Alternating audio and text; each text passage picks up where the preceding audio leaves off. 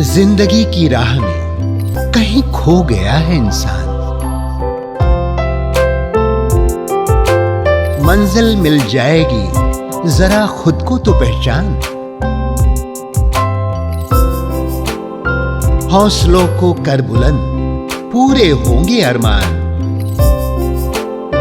ऊंचे हो विचार, मुश्किलों में हो मुस्कान। राजयोग के राज को जान, जिंदगी बने आसान, जिंदगी बने आसान, जिंदगी बने आसान। नमस्कार दोस्तों, ओम शांति। स्वागत है आप सभी का हमारे प्रोग्राम जिंदगी बने आसान में। दोस्तों, सब रोगों की एक दवाई, हंसना सीखो मेरे भाई। हंसी, वैसे तो हम इस चीज के इम्पोर्टेंस को कहीं ना कहीं भूल चुके हैं। इसी वजह से हम पूरे दिन अपने काम में व्यस्त रहते हैं या फिर रिश्तों को ठीक करने में लगे रहते हैं। लेकिन अगर आप मुस्कुराकर किसी व्यक्ति से बात करेंगे तो आप महसूस करेंगे कि आपके कोई भी रिश्ते वो हील हो जाएंगे। इस खूबसूरत बात के साथ आज के प्रोग्राम की हम शुरुआत करते हैं। हमारे साथ है जाने माने मनोचिकित्सक डॉक्टर अवधेश शर्मा जी। ओम शांति। ओम शांति। Welcome to our show. Thank you very much. Doctor साहब, हमारी जो श्रृंखला चल रही है रिलेशनशिप पर, उससे आगे बढ़ने के लिए मैं आपसे एक बहुत ही छोटा सा सवाल पूछना चाहती हूँ कि रिश्तों में मिठास जो कहीं ना कहीं खो सी गई है, उस मिठास को फिर से भरने के लिए आपकी क्या राय है?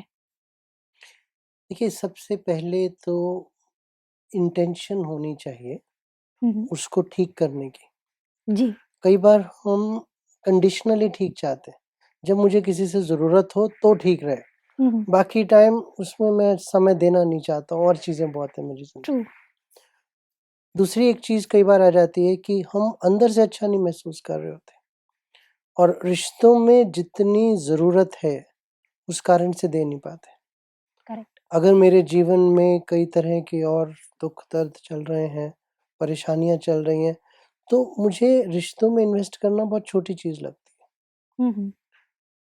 लेकिन समझने की बात वहाँ पे जो ज़्यादा ज़रूरी है कि अगर रिश्ते अच्छे हैं, तो आपकी उस वजह से जो एनर्जीज़ और समय वेस्ट हो रहा है, वो बेहतर हो सकता है। नंबर 2, क्योंकि रिश्ते अच्छे हैं, इसलिए आप ज़िंदगी को उतना सीरियस नहीं लेंगे। नहीं तो खराब रिश्तों का चश्मा जो चढ़ा होता है, उस वजह से आपको हर रिश्ता खराब दिखता है। करेक्ट। हर स्थिति गंभीर दिखाई देती है। और आप जब अभी लाफ्टर की बात कर रहे थे, लाइट वही व्यक्ति रह सकता है जिसके बोझ कम हो। करेक्ट। अगर आप गुब्बारे को भी रस्सी से बांधे रखेंगे तो वो ज़मीन पर ही रहेगा, जब वो कटेंगे तो ऊपर जाएगा ना। ट्रू। तो हमें क्या-क्या चीज़ें मुझे बोझिल कर रही हैं, जिसको मुझे लाइट करने की ज़रूरत है, ताकि मैं अंदर भी लाइट महसूस करूँ और फिर वही लाइट दूसरों को दे पाऊँ। ये रोज़ देखने की ज़रूरत है। रोज़ में भी कई बार देखने की ज़रूरत है, क्योंकि मन की स्थिति जो है वो डामाडोल होती रहती है, बदलती रहती है समय के साथ। सिर्फ़ 1-2 चीज़ों का ध्यान रखने की ज़रूरत हो जाती है कि कई बार लोगों की बचपन से ही जो जीवन की शुरुआत रही है या जो उनकी पर्सनैलिटी डेवलप हुई है, वो बहुत ही मुश्किलातों से कई बार गुज़री होती है। बिल्कुल। और वो व्यक्ति खुद भी और दूसरे भी उसको जस्टिफ़ाई करते हैं कि तुम्हारे साथ तो हुआ ही बहुत ऐसा है, तो आखिर आप उससे कैसे उभर सकते हो? But what we need to understand कि जो आज से 1 क्षण पहले था, वो ब्रह्मांड में कहीं नहीं है, निकल चुका है। I cannot live in the previous second. That second is no more. मेरी माइंड के ऊपर उसकी छाप चाहे जितनी भी अमिट हो, अब वो चीज़ फिर से रिपीट नहीं होनी है। There is a saying in English, it says, you can never step into the same river twice. आप एक ही नदी में 2 बार पैर नहीं रख सकते, क्योंकि जब आप दूसरी बार पैर रखेंगे, पानी बदल चुका होगा। पानी भी बदल चुका है, आप भी बदल चुके हैं। ओके। आपको भी पता लग गया है कि पानी ठंडा है या गर्म है, या फिसलन है उसके नीचे। तो आप उस एक्सपीरियंस से सीख चुके हैं। लेकिन अगर उसी एक्सपीरियंस पे रह जाएंगे तो फिर दूसरी बार पैर नहीं डालेंगे। सो हम्म, लेटिंग गो एक बहुत बड़ा सबक है जो हम सबको सीखने की ज़रूरत है, क्योंकि जो चीज़ें मुझे परानी बोझल कर रही हैं, वही फिर मेरा फ्यूचर क्रिएट करती है। मेरा पास्ट अभी प्रेज़ेंट है और प्रेज़ेंट में जिन बोझों को लेके चल रहा हूँ, वही मेरा फ्यूचर क्रिएट कर रहा है। मेरे एक्चुअली रोंगटे खड़े हो रहे हैं। कहीं न कहीं ये बात इतनी खूबसूरत आपने कही कि कोई भी चीज़ को हम इतना टाइटली पकड़ कर रखते हैं और फिर उसे छोड़ने के लिए कितनी भी कोशिश करते हैं, वो छूटता नहीं है। तो ऐसी सिचुएशन में कई बार हम पीछे की तरफ ही रह जाते हैं, आगे बढ़ना बहुत मुश्किल हो जाता है। तो ये सिचुएशन में अपने आप को उस चीज़ से कंप्लीटली बाहर निकालने के लिए आपकी क्या राय है? देखिए हमारे थॉट्स हमें नहीं पकड़ते, हम थॉट्स को पकड़ते हैं। ओके, हमारे थॉट्स इमोशंस क्रिएट करते हैं और हम इमोशंस में फँस जाते हैं।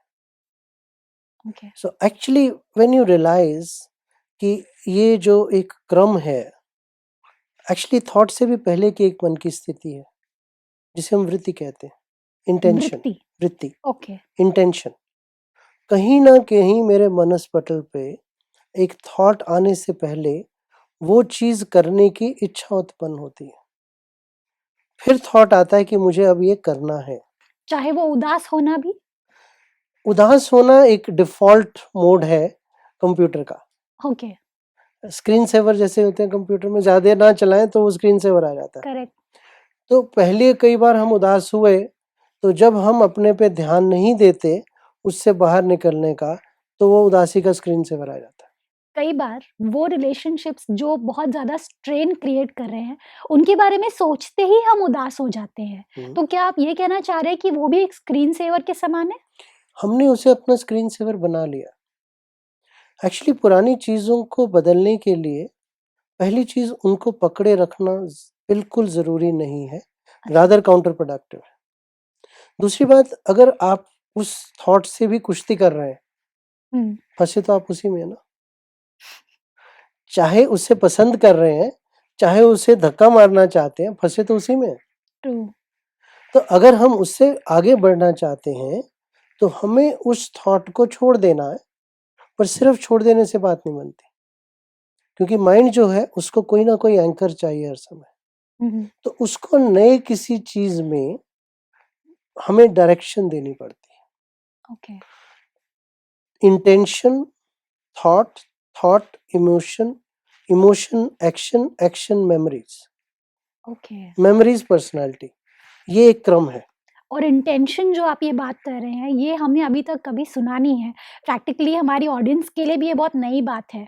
आप इंटेंशन के बारे में थोड़ा-सा और संक्षेप में बता सकते हैं? क्योंकि सबसे पहला स्टेप तो शायद वही है। अगर वहीं पे चेंजेस आ जाए, तो ऑटोमैटिकली हमारी मेमोरीज़ जो लास्ट स्टेप है, वो भी बेटर हो जाएगा। देखिए इंटेंशन का मतलब ये है कि मैं मान लीजिए किसी चीज़ से बहुत दुखी हूँ हुँ, हुँ। और वो दुःख मेरे साथ चल रहा है और मुझे अब लगता है कि ये बहुत हो गया, मुझे अब इसे बदलना है, तो वो इंटेंशन है मेरी। ओके। अब कैसे बदलना है, उसके लिए मुझे क्या विचार लाने की ज़रूरत है या क्या विचार मुझे खुश रख सकते हैं, वो थॉट्स हैं। लेकिन उससे पहले उस जगह पे जाना है, ये मेरी इंटेंशन होनी ज़रूरी है। हम हुँ, ज़्यादातर बाहरी चीज़ों को इतनी इम्पोर्टेंस दे देते हैं कि क्योंकि वो हो रही है, इसलिए मेरे साथ ये हो रहा है, क्योंकि मेरे साथ ये हो रहा है, तो मेरे को ये थॉट्स आ रहे हैं, तो हम उल्टी गिनती शुरू करते हैं। हुँ, किसी ने मुझसे कुछ गलत कहा, मुझे गुस्सा आया, उसके साथ में एक इमोशन आई, उस इमोशन से मेरे कई तरह के नेगेटिव थॉट्स हुए। तो हम उस क्रम में चलते हैं, लेकिन एक्चुअली क्या होना चाहिए कि मुझे इस सिचुएशन में गुस्सा नहीं आना है। पहले ये इंटेंशन हुई, अब मैं तरीके ढूँढूँगा उस तरह से विचारों को लाने के हुँ, हुँ। कि मुझे गुस्सा ना आए, और फिर नेक्स्ट स्टेज होगी कि जब मुझे गुस्सा नहीं आएगा, तो मैं अपने अंदर शांत महसूस करूँगा। करेक्ट। एक्चुअली जो आप प्रोग्राम शुरू करती हैं वर्ड से ओम शांति, ओम Shanti is a beautiful example of an intention. Okay. I the peaceful soul, ये ओम शांति का मतलब है? ये ओम शांति का मतलब है। अच्छा, ओके। और वो पीसफुल सोल आप अ पीसफुल सोल के साथ पीसफुल माहौल में इंटरेक्ट कर रहा है। वाओ! ये तो बहुत ही अद्भुत बात आज आपने बताई है। ओम शांति का मतलब इस तरीके से होता है। इस तरीके से लेना चाहिए, ओके, क्योंकि वहाँ पे हम फिज़िकल तो कोई बात कर ही नहीं रहे। बिल्कुल। हम ये बात कर रहे हैं कि मेरी ये स्थिति है, वो मैंने अपने को भी डिक्लेयर किया, आपको भी डिक्लेयर किया। हुँ, हुँ। उसके बाद मैं एक्सपेक्ट करता हूँ कि मेरी ये स्थिति है एंड आई होप कि आपकी भी वो एक स्थिति होगी, ताकि हम उसी आधार पर अपनी स्थितियों में आदान-प्रदान कर सकें। ओके। तो अगर मेरी इंटेंशन है कि मुझे शांति के वातावरण में आपसे बात करनी है, तो मुझे नकारात्मक थॉट नहीं आएँगे। पर हुँ, हम कम आमतौर पे यहाँ से कह के और फिर भूल जाते हैं। ट्रू। तो अगर हमारी इंटेंशन ये है कि मुझे अब नए रूप से जीवन को जीना है, हुँ, जिस जीवन में इन्वेस्टमेंट कम और आउटपुट ज़्यादा। Because what we also realise is कि अगर मैं सकारात्मक रूप से सोच रहा हूँ, देखिए माइंड जो है हमेशा सोचता रहता है, क्योंकि माइंड को अगर हम डायरेक्शन नहीं देते, तो वो अपने आप इधर-उधर का सोचता है, लेकिन अगर हम डायरेक्शन देते हैं, तो वो जिस रूप में हम सोचना चाहते हैं, वो सोच पाता है। थिंकिंग के भी कुछ फ़ॉर्मूलाज़ हैं। ओके। अ, हमारी थिंकिंग से हमारी ब्रेन की वेव्स बनती हैं, जिनको हम ईईजी पैटर्न्स बोलते हैं। ईईजी, ईईजी, ओके, इलेक्ट्रोएन्केफेलोग्राम, जैसे दिल की ईसीजी होती है तो पता लग जाता है कि उसकी कैसे काम चल रहा है, धड़कन कैसी है, तो ब्रेन की भी उसी तरह से होती है। अगर हम बहुत काम एटमॉस्फेयर में सकारात्मक सोच जी रहे हैं, तो उसकी जो पैटर्न है, उसको अल्फा या थीटा कहा जाता है, ओके, और अगर बहुत स्लो हो जाती है तो उसको डेल्टा कहा जाता है। ओके, मेडिटेशन में इंसिडेंटली हम डेल्टा, थीटा और थोड़े से अल्फा वेव्स बनाते हैं। तो ये अच्छी काम स्थिति है, कंट्रोल स्थिति है, सकारात्मक स्थिति है। हम जैसे-जैसे टेंस होने लगते हैं, तो वो स्पीड जो है थॉट्स की बढ़ने के साथ-साथ ईजी का पैटर्न भी बदलना शुरू हो जाता है। ओह! ओके। तो एक ही मिनट में ब्रेन को बहुत ज़्यादा एक्टिविटी करनी पड़ती है, तो उसकी एनर्जी जो है वो कम हो जाती है। और एफिशिएंसी भी। कुछ समय के बाद अब वो एफिशिएंसी कम इसलिए होनी शुरू हो जाती है, क्योंकि जिस डायरेक्शन में उसको जाना था, अब वो कभी इधर जा रहा है, कभी इधर जा रहा है। करेक्ट। तो अगर हम अपनी स्थिति को सकारात्मक बनाते हैं और ब्रेन वेव्स अच्छी चलती हैं, हमारी स्थिति बढ़िया रहती है, हम ज़्यादा एफिशिएंटली काम करते हैं और उस एफिशिएंट स्टेट से हमारे संबंध जो हैं वो बेटर हो जाते हैं। ओके। क्योंकि मैंने कम से कम अपने आप को विथड्रॉ कर लिया कि मैंने गुस्सा नहीं करना आपके साथ, या हुँ, मैंने आपको कुछ गलत नहीं कहना, क्योंकि मुझे कष्ट होता। करेक्ट। तो मैंने अपने आप को कष्ट से बचाने के लिए ये सब किया, दूसरे वाले को भी मैसेज मिला, नहीं भी मिला, तब भी हमारी स्थिति कम से कम आपस में एक-दूसरे के साथ अच्छी हो गई। जब ये होता है, तो पॉज़िटिव मेमोरीज़ क्रिएट होनी शुरू हो जाती हैं, और जब पॉज़िटिव मेमोरीज़ एक व्यक्ति के साथ क्रिएट होती हैं, तो वही फिर फ्यूचर की एंटीसिपेटरी मेमोरीज़ बन जाती हैं। आज ओके। मेरा आपसे रिलेशनशिप अच्छा है, अगली बार मुझे आपसे मिलना अच्छा लगेगा। आई एंटीसिपेट पॉज़िटिविटी। और एक बार बीच में प्रश्न आया था कि हम जब लोगों से मिलते हैं और ख़राब एक्सपीरियंस रहा, तो हम हमेशा सोचते हैं कि दूसरे भी हमारे साथ ख़राब करेंगे और हम विथड्रॉ होने शुरू हो जाते हैं। वो इसीलिए, क्योंकि हम अपने आप को बचाना चाहते हैं। तो हम अगर इसी तरह से एक के बाद एक पॉज़िटिव रिलेशनशिप्स क्रिएट करते जाएँगे, जी, तो वो पॉज़िटिव मेमोरीज़ भी क्रिएट करेगा, प्लस मेरा सुमान अच्छा हो जाएगा। ओके। क्योंकि मुझे लगेगा कि मैं हर सिचुएशन में रिलेशनशिप्स को खूबसूरती से क्रिएट कर पा रहा हूँ, या करेक्ट। उन्हें सही डायरेक्शन दे पा रहा हूँ। जितनी बार, और एक्चुअली अगर आप देखें तो ये बात बचपन से शुरू होती है। जब बचपन में बच्चे को बार-बार डाँटा जाता है और उसे कहा जाता है कि तुम कुछ नहीं कर सकते, हुँ, तो वही चीज़ उसके मन पे चलती है, और फिर उसी चीज़ को सोच-सोच के वो उसे एक सच्चाई के रूप में लाना शुरू कर सकता है। करेक्ट। और इसीलिए ज़रूरी होता है कि बच्चे को जो सही है वो बताया तो ज़रूर जाए, लेकिन जिस ढंग से बताया गया है, वो इम्पोर्टेंट होता है। उसके सम्मान में कमी ना आनी चाहिए।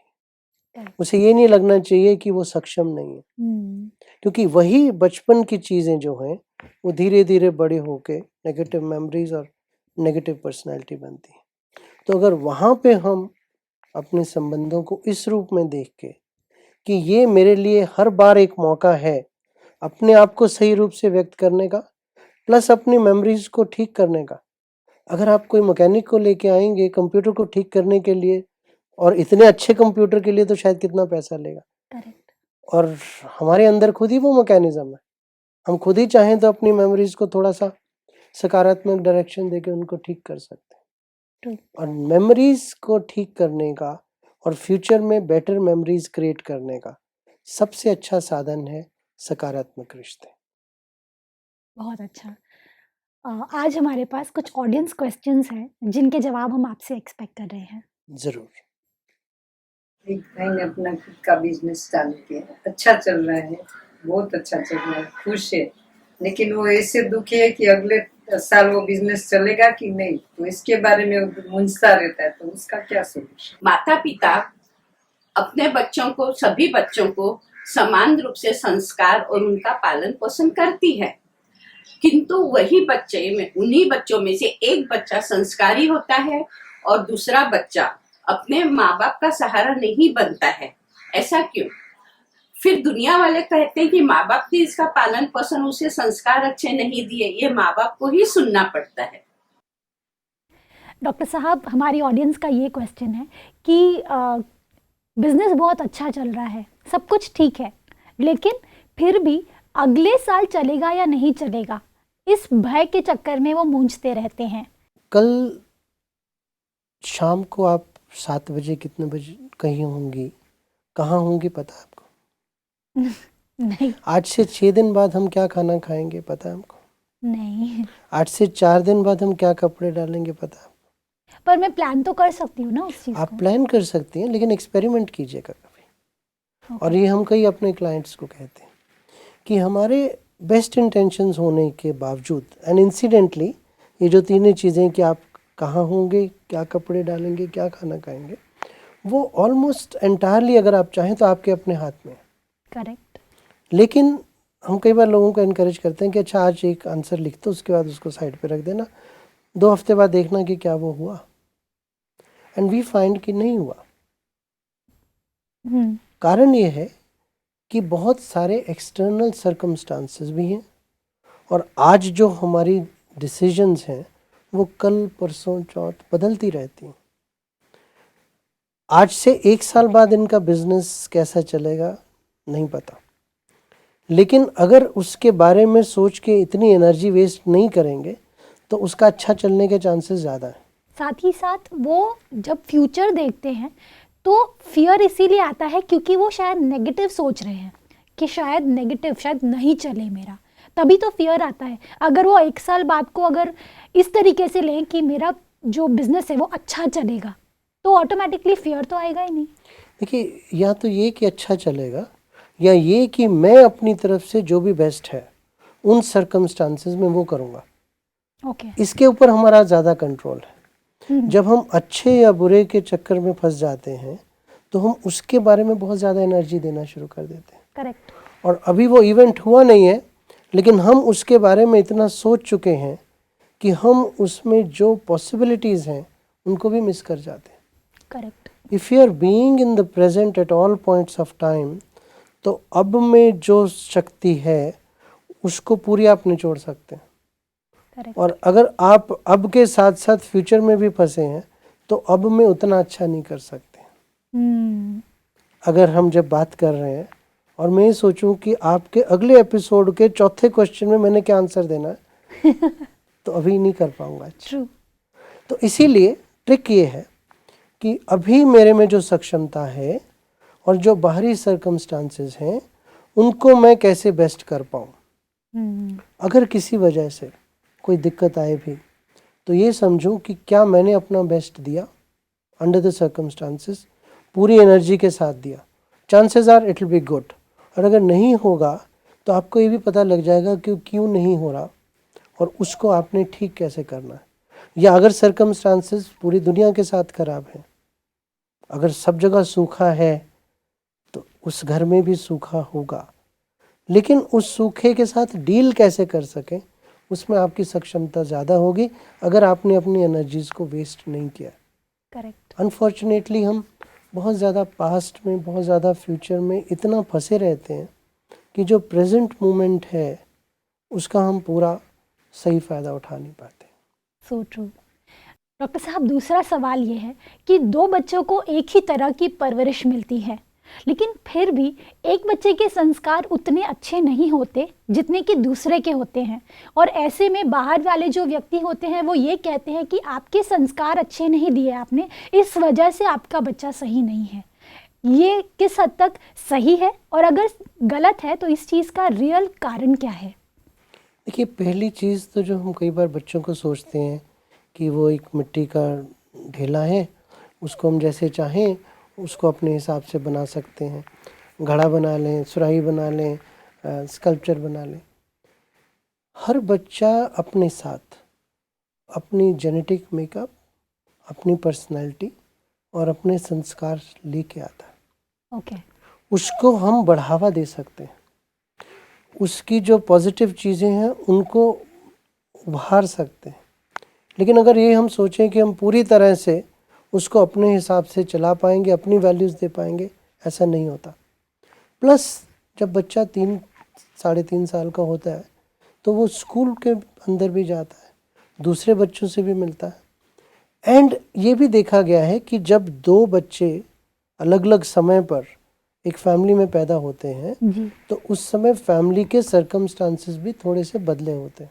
करेक्ट। हो सकता है कि माँ बाप के बीच में एक समय में झगड़ा चल रहा हो, दूसरे समय में नहीं चल रहा, या उस समय पैसा कम था, दूसरी बार नहीं था, या जिस स्कूल में पहले को डाला दूसरे को नहीं डाला, तो ये सारे चेंजेस भी हो सकते हैं। करेक्ट। पेरेंट्स को अपने आप को बच्चे के लिए रिस्पॉन्सिबल नहीं समझना चाहिए, वो सिर्फ उसको गाइड करने के लिए हैं, वो सिर्फ उसकी मदद करने के लिए हैं, वो सिर्फ दुनिया को उसके लिए इंटरप्रेट करने के लिए। जहाँ उन्हें लगता है, और आमतौर पे परवरिश में ये देखा जाता है कि अगर एक कोई चीज़ होती है जिसे वो अच्छा नहीं समझते तो वो बार बार उसी चीज़ को रिपीट करते रहते हैं।